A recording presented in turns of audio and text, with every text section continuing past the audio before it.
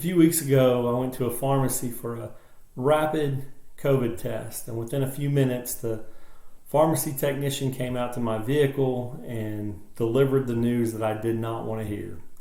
I had just tested positive for the COVID-19 virus. I really wish he would have come back to my car and said, "You're fine. You tested negative. You're good to go.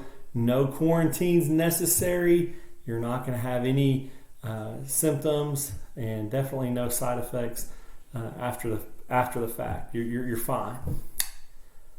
But he said I was positive, and because he did say I was positive, I was able to call my doctor right away. I talked to Mary McCormick, who's my primary care doctor, and she was able to get me on some medicines and tell me some things that I needed to do to make sure I didn't get sicker.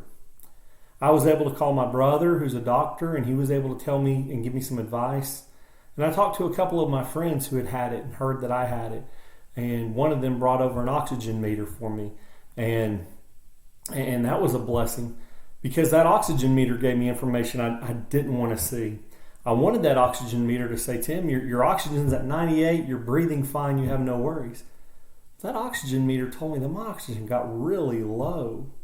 And because it told me that information, I was able to call Mary, who put me on steroids, and was able to get my oxygen levels up before my lungs were in danger of being scarred and having to go to the hospital. I was grateful for the bad news, even though it was still bad news. I went to the doctor today and stepped on the scale. I did not like the news that mean old scale gave me. I really wish that scale would have said, "Tim, you are the picture of men's health and have nothing to worry about."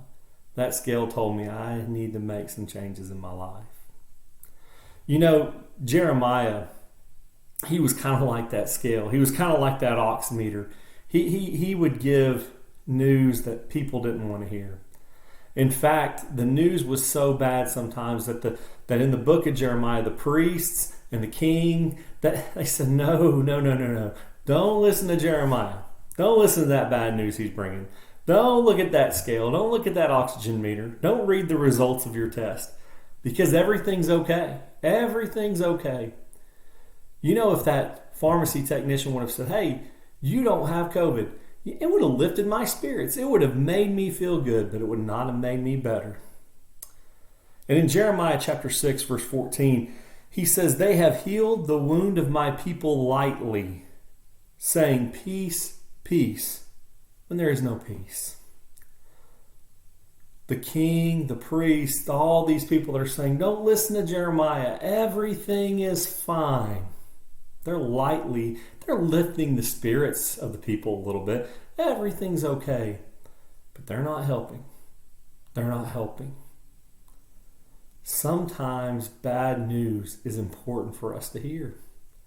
And understanding what we can do to overcome that bad news.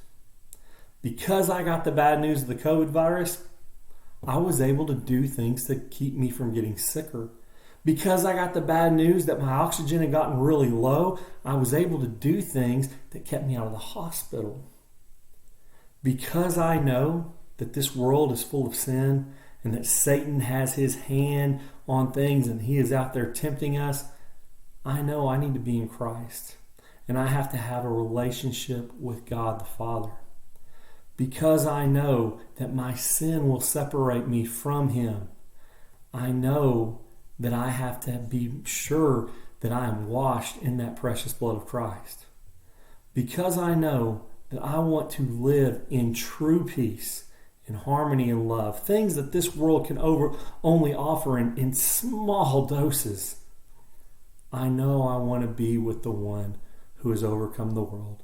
I want to be with the one who is ingrained in love and mercy and peace. I want to be with Jesus.